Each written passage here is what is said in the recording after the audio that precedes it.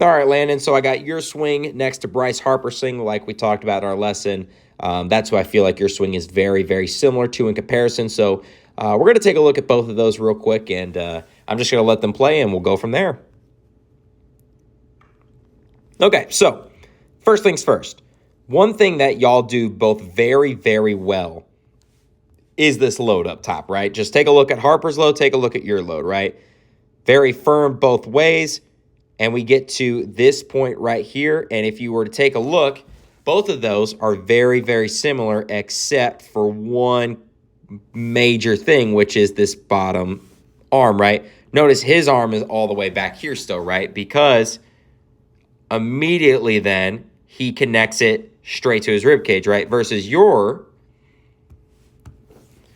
arm has some separation. If I were to draw, a line right there, there's some separation in there, right? Now, I will say, after time in this previous lesson, now this was also your third or fourth hit of the lesson. Holy moly.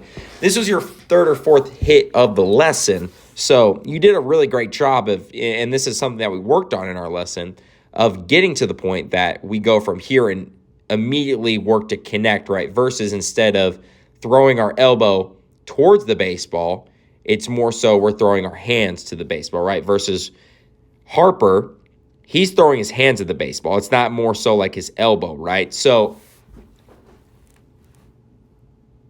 we get to that point, and notice your elbow is still flying this way versus Harper's.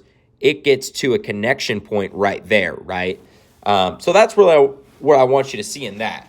Another thing that I know we really didn't talk about in the lesson, but this part right here I noticed. I want you to take a look at Harper's left foot, right, upon impact and his swing.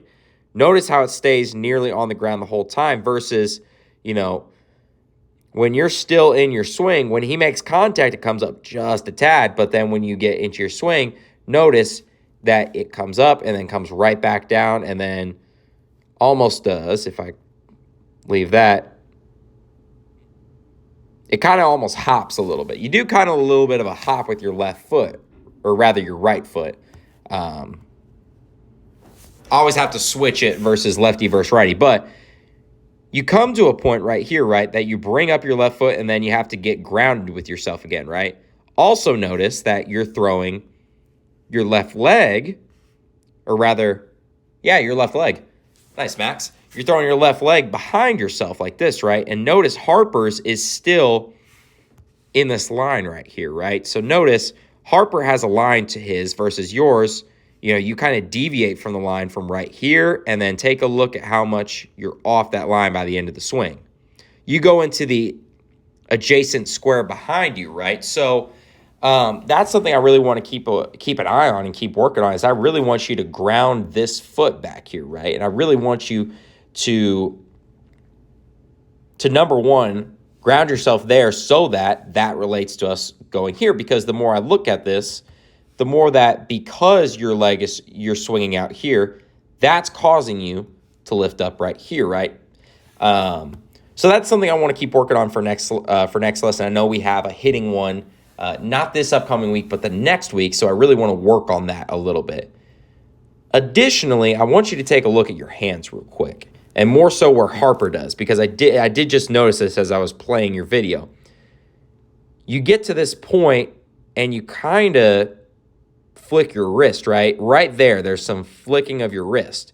Versus watch Harper's, right? Harper gets to a point right here, and he has a stiff, or rather a tense, firm wrist where he's just driving out the baseball. He didn't flick his wrist at all.